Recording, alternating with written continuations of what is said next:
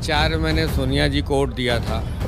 2009 में मैं लोकसभा का चुनाव भी लड़ा। उसके बाद जब मोदी जी आ गए तो मोदी जी को वोट दिए, लगा कि अब ये पूरा परिवर्तन करेंगे और ज़्यादा विकास होगा। लेकिन 14 से 24 में इन्होंने केवल झूठ बोला, तानाशाही किया, बेवकूफ़ बनाया। अब इसलिए हम लोग चाहते हैं कि अब ये हट जाए और फिर राहुल गांधी कांग्रेस की सरकार आए। राहुल ने एक ऐसा मास्टर स्ट्रोक चल दिया कि सब लोग एकदम धराशायी हो गए। एक कार्यकर्ता को लड़ा दिया अमेठी से, जो कि कम से कम 2.5 लाख वोट से जीतने जा रहे हैं। खुद राहुल यहाँ 5 लाख वोट से जीतेंगे और वो यहाँ से प्रधानमंत्री बनेंगे, क्योंकि रायबरेली प्रधानमंत्री देती है, छोटा मोटा कुछ सांसद नहीं देती है। मैं आलोक सिंह हूँ, एक आम नागरिक हूँ। 2004 में मैंने सोनिया जी को वोट दिया था। 2009 में मैं लोकसभा का चुनाव भी लड़ा। केवल चुनाव इसलिए लड़ा रायबरेली के विकास के लिए कि कुछ मुद्दे हमारे थे लेकिन सोनिया जी तक पहुंच नहीं पा रहे थे, तो लोगों ने कहा कि चुनाव के माध्यम से पहुंच सकता है, तो कुछ चीज़ों हमने रखे और वो पहुंचा भी। तो 2009 से 2014 में रायबरेली का विकास ज़्यादा हुआ भी। उसके बाद जब मोदी जी आ गए तो मोदी जी को वोट दिए, लगा कि अब ये पूरा परिवर्तन करेंगे और ज़्यादा विकास होगा। लेकिन 14 से 24 में इन्होंने केवल झूठ बोला, तानाशाही किया, बेवकूफ़ बनाया। अब इसलिए हम लोग चाहते हैं कि अब ये हट जाएं और फिर राहुल गांधी कांग्रेस की सरकार आए। 2004 से 2014 जब तक मनमोहन सिंह थे, जनता आराम से खा पी रही थी, सब कुछ था। लोग पहले जो है कार से चलने की स्थिति नहीं थी, लेकिन उनकी पॉलिसी ऐसी थी जिससे कि 4th क्लास का आदमी भी कार खरीद सकता है। आप याद करिए, उसके पहले किसी की स्थिति नहीं थी। प्राइमरी का टीचर साइकिल से चलता था, लेखपाल जो है साइकिल से चलता था। तो वो उनकी पॉलिसी थी जिससे कि ये पहुँचा। और 14 से 24 में बेरोजगारी बढ़ गई, महंगाई बढ़ गई, किसी पे नाम नहीं लेते हैं। पहले ये बोलते थे कि महंगाई कांग्रेस ज़माने में महंगाई डायन है, अब इनके ज़माने में महंगाई विकास हो गया है। भ्रष्टाचार मिटाने की बात करते थे कि भ्रष्टाचारी को मैं छोड़ूंगा नहीं, और सारे भ्रष्टाचारी को अपनी पार्टी में लेके वॉशिंग मशीन में डाल के वो शुद्ध करते चले जा रहे हैं। कौन सी मशीन लगा रखे हैं, ये स्थिति होती चली जा रही है। इसके बाद बोलते हैं कि 140 करोड़ जनता हमारी परिवार है। अगर वो आपकी परिवार है तो आप परिवार क्यों लड़ा रहे हो, क्यों हिंदू मुसलमान कर रहे हो? तो ये कहते कुछ और, चूँकि इनकी नीयत सही नहीं है तो इसलिए नीति कभी सही बन नहीं सकती है। अब इनकी झूठ को पूरी जनता जान चुकी है, समझ चुकी है। ये भी बौखलाए हुए हैं कि अब इस बार हम जा रहे हैं, इसलिए हिंदुस्तान पाकिस्तान सारा कुछ ये कर रहे हैं। कहीं राहुल को बोलते थे कि डर गए हैं, भाग गए हैं, सब कुछ आरोप उनके ऊपर लगता चला जा रहा था। तो राहुल ने एक ऐसा मास्टर स्ट्रोक चल दिया कि सब लोग एकदम धराशायी हो गए। एक कार्यकर्ता को लड़ा दिया अमेठी से, जो कि कम से कम 2.5 लाख वोट से जीतने जा रहे हैं। खुद राहुल यहाँ 5 लाख वोट से जीतेंगे। रायबरेली की जनता मैसेज देगी कि उनके विरोध में जो है हम लोग ने वोट दिया और वो यहाँ से प्रधानमंत्री बनेंगे, क्योंकि रायबरेली प्रधानमंत्री देती है, छोटा मोटा कुछ सांसद नहीं देती रायबरेली। ये स्थिति है। तो अब मोदी जी को ये सब चीज़ समझ में आ चुका है और अब अग्निवीर ला दिए।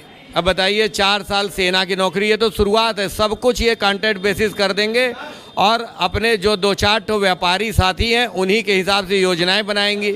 अब बताइए कि प्राइवेट कंपनियों का क्या उद्देश्य होता है? प्रॉफिट कमाना। तो उस हिसाब से योजना बना देंगे, वो प्रॉफिट कराएंगे तो जनता से ही तो पैसा लेंगे, जनता को लूटेंगे। अब उसके बदले में उनको चंदा मिल जाएगा, चंदा मिल के अपनी पार्टी चलाएँगे। अब अमित शाह और मोदी जी, इन लोग ने जो है प्राइवेट लिमिटेड कंपनी बना रखी है और प्राइवेट लिमिटेड कंपनी काम करी, जो उनके हिसाब से काम करता है वो ठीक है, नहीं तो उसको निकाल देते हैं। भाजपा के जो सिद्धांत थे वो सब कुछ ख़त्म हो चुके हैं, सिद्धांत कुछ रह नहीं गया है। और खुद इतने डरे हुए हैं कि अब सोचिए, केवल एक नाम जब इंडिया आया, इतना डर गए कि इंडिया का नाम भारत करने लगे।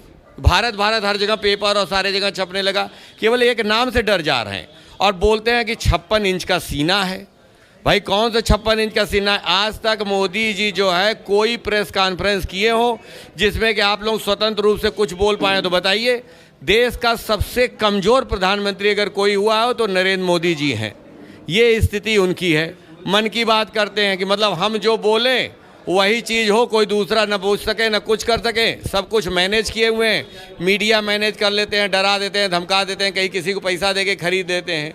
ये स्थिति इन्होंने बना रखी हुई है। सारे लोग डरे हुए हैं कि इनके खिलाफ अगर कुछ बोला जाएगा तो कहीं न कहीं जांच करके जो है फंसा देंगे और स्थिति खराब हो जाएगी। अघोषित इमरजेंसी लगा रखा है मोदी जी ने। सर एक आखिरी बात आपसे जानना चाहेंगे।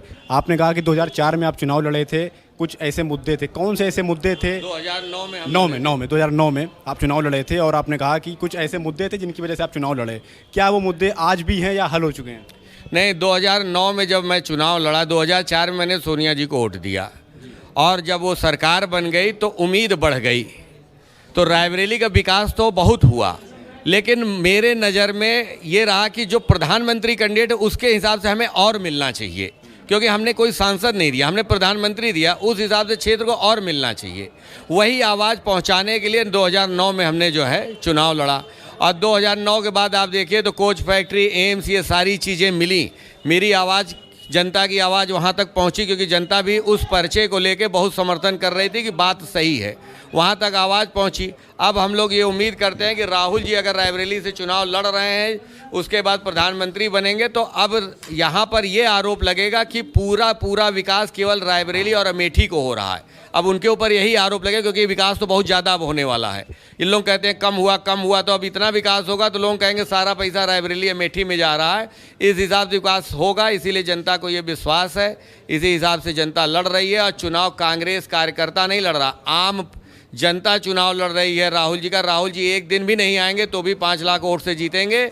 और जो दूसरे प्रत्याशी हैं उनके यहाँ की क्या स्थिति है कि उनके खुद के कार्यकर्ता उनको हारना तो है ही है, उनको भी मालूम है। वो तो चुनाव ये लड़ रहे हैं कि जितना वोट हम पाए हैं, अगर उससे हम ज़्यादा वोट पा जाएंगे तो हम जीत गए, उससे कम वोट पाएंगे तो हम हार जाएंगे। वो अपने आप से लड़ रहे हैं और वो अपने आप में हारेंगे। राहुल से तो हारना उनको भी मालूम है, मोदी जी को भी मालूम, अमित शाह को मालूम है, सबको मालूम है कि वो हार होना ही है। अंतर हम लोग बढ़ा के देना चाहते हैं कि मैसेज पूरे देश में जाए कि रायबरेली की जनता ने इतने मंत्र से जो है राहुल जी को हराया। बातचीत करने के लिए बहुत बहुत धन्यवाद आपका।